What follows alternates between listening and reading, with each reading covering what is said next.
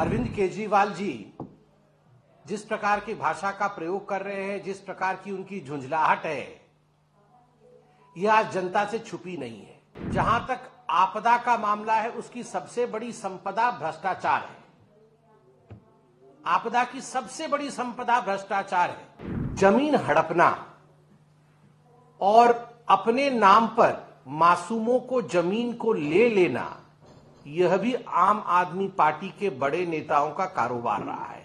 जो हड़पने वाला पार्टी था, जिसने हड़पी थी जमीन, वह व्यक्ति आम आदमी पार्टी के विधायक सोमनाथ भारती का नजदीकी था, करीबी था। सोमनाथ भारती कहता है कि ठीक है, ऐसा करेंगे ना, मैं लिखवा के कागज में चुपके से रखवा लूंगा कि कागज मैंने फाड़ने के लिए कहा है और इसको पब्लिक नहीं होने देंगे, आप फीस ले लो और कागज फाड़ दो। दिल्ली में चुनावी माहौल गर्म है और स्वाभाविक रूप से अरविंद केजरीवाल जी की बौखलाहट स्पष्ट दिखाई दे रही है। अरविंद केजरीवाल जी जिस प्रकार की भाषा का प्रयोग कर रहे हैं, जिस प्रकार की उनकी झुंझलाहट है, यह आज जनता से छुपी नहीं है। मगर आज जिस विषय को लेकर मैं यहां प्रेस कॉन्फ्रेंस कर रहा हूं, कुछ वीडियो भी चलाऊंगा और कुछ खुलासा भी करूंगा, यह बहुत गंभीर है, एक बहुत बड़ा मसला है, गैर कानूनी मसला है। इसलिए सतर्क होकर इसे जरूर सुनिएगा और देखिएगा। जहां तक आम आदमी पार्टी, जिसको माननीय प्रधानमंत्री मोदी जी ने बिल्कुल सही नामाकरण जिसका कहा है, आपदा, जहां तक आपदा का मामला है, उसकी सबसे बड़ी संपदा भ्रष्टाचार है। आपदा की सबसे बड़ी संपदा भ्रष्टाचार है। चाहे वो शराब नीति, एक्साइज पॉलिसी को लेकर जो भारतवर्ष का सबसे बड़ा भ्रष्टाचार किया हो, चाहे दिल्ली जल बोर्ड को लेकर लगभग 29,000 करोड़ का भ्रष्टाचार किया हो, और चाहे डीटीसी बसेस को लेकर घोटाला किया हो, या फिर चाहे स्कूल में स्मार्ट क्लासरूम के निर्माण के नाम पर करोड़ों का घोटाला और कैमरे लगाने के नाम पर करोड़ों का घोटाला किया हो, इन सब घोटालों का पर्यायवाची है आम आदमी पार्टी आपदा। जमीन हड़पना और अपने नाम पर मासूमों को जमीन को ले लेना, यह भी आम आदमी पार्टी के बड़े नेताओं का कारोबार रहा है। अब अरविंद केजरीवाल जी 50,000 गज की कोठी में रहते हैं, शीश महल में रहते हैं, तो उनके जो एमएलए हैं वो भी कहां पीछे हटने वाले हैं। उन्होंने भी ठान लिया है कि हम भी जमीन हड़पेंगे और अपने लिए इसी प्रकार का महल बनाएंगे। और आज मैं खुलासा करने वाला हूं, आम आदमी पार्टी के एक कैंडिडेट, उनके विधायक जो रहे हैं, सोमनाथ भारती जी के काले कारनामों का, जो कि एक तरह से रिकॉर्डिंग में आ गया है, एक स्टिंग ऑपरेशन भी हुआ है। उस स्टिंग ऑपरेशन को हम आपको दिखाएंगे, उसके स्क्रिप्ट को भी आपके समक्ष रखेंगे। मसला ऐसा है कि जैतपुर नामक एक स्थान है, जैतपुर में एक जमीन की टुकड़ी को लेकर विवाद हुआ था और एक एफआईआर भी हुआ था 10 नवंबर 2023 में।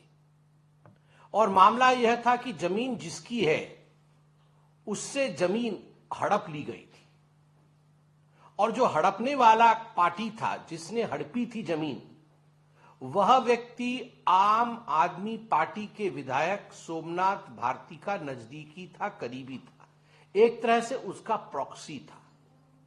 सोमनाथ भारती विधायक, उनके मित्र ने एक बहुत बड़ी जमीन हड़प ली।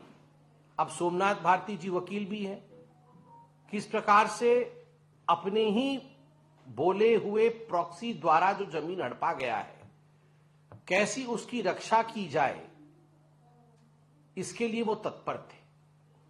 अब जिसकी जमीन हड़प ली गई वो चुप तो नहीं बैठेगा, उसने एफआईआर कराया। ये एफआईआर की प्रति भी मैं आपके पास लेकर आया हूं। ये एफआईआर की प्रति है और उस एफआईआर की प्रति में पूरी तरह से जमीन किसकी है, किसके नाम पर जमीन रजिस्टर्ड है, ये सारे कागजात आप देख सकते हैं। ये एफआईआर की प्रति में, इस एफआईआर की प्रति में एक सीजर मेमो होता है, चार्जशीट होती है, एफआईआर के बाद चार्जशीट करती है पुलिस, और एक सीजर मेमो कि क्या क्या हमें स्थान पर मिला है, क्या क्या गड़बड़ियां हुई हैं, यह सब पुलिस लिखती है और इसका एक रिकॉर्ड रखती है। और आज जो स्टिंग ऑपरेशन मैं आपको दिखाने वाला हूं, उस स्टिंग ऑपरेशन में आपको देख के हैरानी होगी कि सोमनाथ भारती जो विधायक है उस इलाके के, वो बेजा फायदा उठाने की कोशिश कर रहे हैं, नाजायज फायदा उठाने की कोशिश कर रहे हैं अपने विधायक होने का।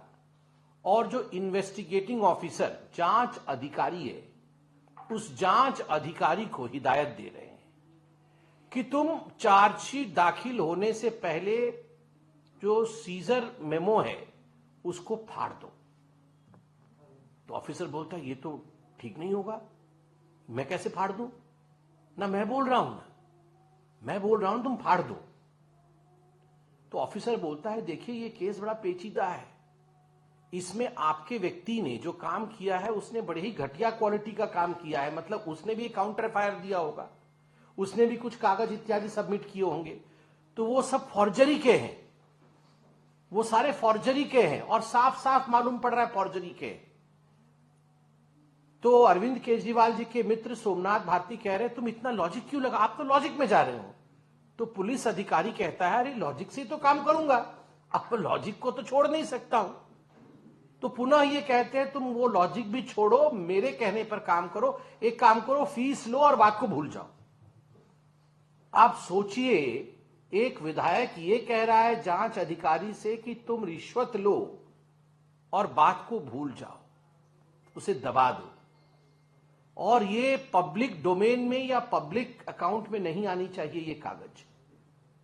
तो जो जांच अधिकारी है वो कहता है कि देखिए अगर मैं चार्जशीट फाइल करता हूं और ये सारी चीजें फाइल हो जाती हैं तो ये तो पब्लिक डोमेन में आ जाएगा। तो कुछ समय के सकपका जाते हैं सोमनाथ भारती और कहते हैं कि पब्लिक डोमेन में आए उससे पहले काम करो, आप मेरे व्यक्ति को मेरे पास लेके आ जाओ।